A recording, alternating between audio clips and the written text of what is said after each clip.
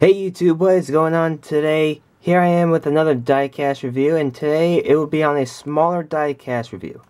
Now, why would I say that? Well, it's because it's on a 1/64 scale race version diecast from Team Penske's Brad Keselowski's 2014 Reds Apple Ale Loudon winner. Now, this one I got in the mail about 2 weeks ago, I want to say, or a week ago, whatever. When I did the new diecast video. But here it is. I'm gonna do the review today, and I think I promised last week that I would do it. That I would do a review on this car. I didn't do it because of the fact that I had so much college work, and it's been a real hassle lately. But here we are today with the diecast review on this lovely car. Anyway, here we go with the diecast review. You can see right there, Brad Keselowski, number 2, Reds Apple Ale Loudon winner, 2014 Fusion, limited edition. Then you can see right there, it's a 1/64 scale stock car, obviously. On the back here, you have limited edition adult collectible, Action Gold Series, Action Racing Collectibles, Still a Choice Champions, barcode Nascar, Action Racing Collectibles, Nascar hologram, and the copying rights and licensing for this diecast. So let's take it out of the box. This is by far one of the best race versions that Lionel has ever made in 1/64 scale. Remember earlier in the season they did Dale Jr.'s Daytona win, and then it came out pretty good, except it was on the WLS mold, which pretty much stinks. But they also did the Chase Elliott 2-car team, which had a lot of criticism because of the fact that that the top of the diecast didn't have the numbers; it had the race, and people were saying that they could have still at least tell the difference because Texas has confetti, unlike Darlington that doesn't, or it's vice versa, whatever it is. But anyway, going back to this car, this is the best 1/64 scale diecast for race version that Lionel has ever made. You can tell already, you can see a little bit of marks of dirt on the 2. But anyway, let's go into the main sponsor, shall we? So on the hood here, we have Reds Apple Ale, Pennzoil Ford, and on the windshield we have, on the name banner, the 2 Ford logos with Keselowski's name. And you have no Team Penske on the car panel here. You have Sunoco though, and then you have Goodyear. Try to focus this in. You have Goodyear. You have NASCAR Race Car, NASCAR Sprint Cup, Coors Light, Moog, some other sponsor, Mal, Lincoln Welders, Mac Tools. Not Mac Tools, Mechanic Wear. Jesus Christ, I don't know where I got Mac Tools from.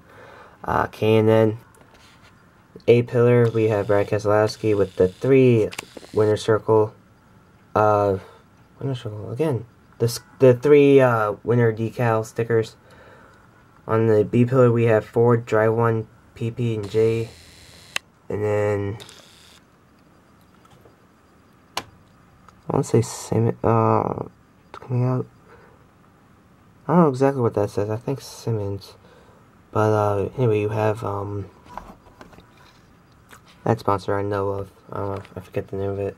And on the C-Pillar you have the Victory Junction game logo, Reds Apple Ale on the side, and you have Discount Tire, SKF, Snap-on, Alliance Truck Parts. And what's pretty cool on here is that you have a small little piece of confetti, I think that is, right there. Come on, focus. I don't know. I mean, there's not confetti. I don't know. No, it doesn't look like confetti. I mean, it just looks like a little nick in the tire. Oh well. Anyway, you have American Ethanol, obviously, with confetti in it, in the fuel cell, which is pretty neat. On the back here, you have Pick Different. I don't know what that's supposed to be, but okay. Then you have Ford, 2, and on the deck lid, all coated and covered in confetti, you have Worth. And this side is the same as the left. Race version. Parts of the car, it's relatively clean. It's New Hampshire, so what the hell do you expect it to be? On the hood, you do have some dirt, which it can probably pick up a little bit. I don't know if you can tell. Probably right down there, you could probably tell. Come on. Doesn't want to focus. Come on. There, no. Okay. Fuck it. What can I say? Anyway, you have some confetti on the hood, and then along the side of the car here, you have some dirt. Nothing too crazy. It's basically all confetti for the race version. There we go. It finally focuses. The two there, you can see some dirt. The little marks and whatnot in the paint scheme in the background of the red. It's not dirt, it's not rubber, it's all of the paint scheme. If you watch Race Day 2011's diecast video on this car, he will say in the later part of the review that it is part of the paint scheme and not race version. Like for instance, right here you can see all of the black stuff on the bumper. It is part of the paint scheme, as I just said before, and it's no racing damage at all. But you know, something about this car, you know, it only has the Red's Apple Ale paint scheme. It doesn't have it in the standard version, unfortunately. From what I've been told, Reds only wants their diecast produced only if they win, which is ridiculous. But yeah, I would totally get this car. I would highly recommend getting it, because one day it will be hard to find. And basically, if you're a fan of confetti with race version diecast, I would get it.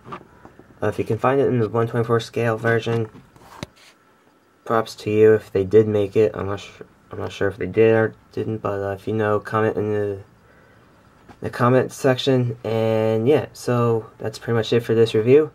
Thank you for watching, and I will hopefully see you guys next week.